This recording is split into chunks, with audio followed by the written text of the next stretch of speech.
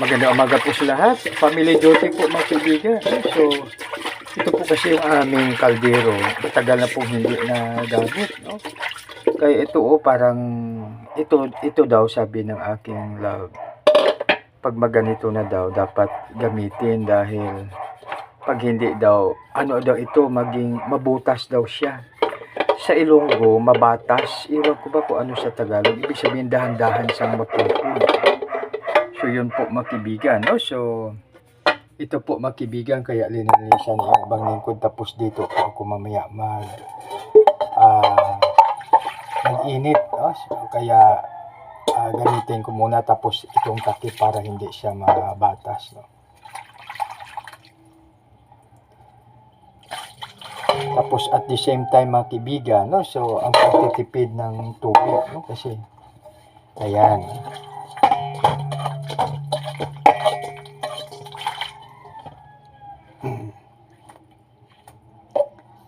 So, kaya makibigan, no? So napakalaga talaga sa atin ang tubig.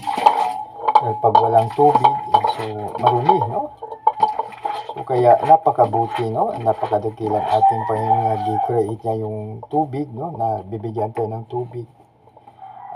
Libre po, no? Subalit ngayon dahil siyempre dahil sa nawasa, binabayaran natin ang pag-purify po nito. So purification, pinipurify siya, no? So subalit pag bukal, okay lang, no? Pero ang sa bukal naman, tulad po doon sa amin sa Bulacan, no? Doon niya Remedios Trinidad. Ang ating kasama doon, iniinit pa po nila, no? Pero mayroon na ngayong yung parang sa mineral water, yung nakalimutan ko kung ano po yung tawag doon. Basta linilis siya, no? So pag yun ang gamitin natin, maganda rin po, no? Dahil sa malinis, no? Kasi pag halimbawa hindi malinis ang tubig, magkaroon naman tayo ng sakit, no? Kaya mayroon namang style ng water purification. So ibig sabihin na nililinis yung tubig.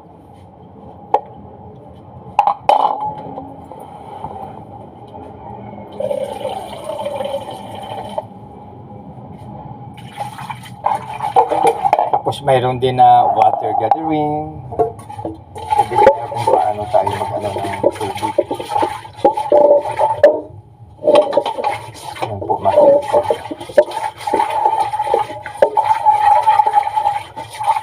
Ayan. So, malinis na, no? Tapos at the same time, mayroong tinatawag na maliban sa malinis na siya, ano po, yan. Ayan.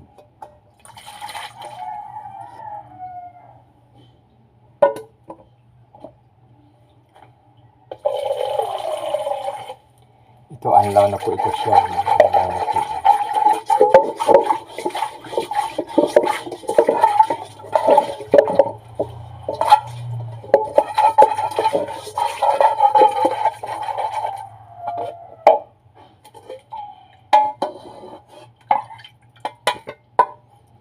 Kasi sayang din dahil kasi sa ito, no, parang may sentimental value itong kaldero na ito, kaya dapat ano rin siya, no, maingatan, magamit para ano siya, no. So makibigan, no, maraming salamat po sa inyo. So ang ating ngayon pinag-usapan ay ang pagtitipid ng tubig at saka family duty, no. So sa muli, isang maganda, mapagpala, mapagbiyaya at pagka-Diyos po na umaga sa bawat isa. God bless us all.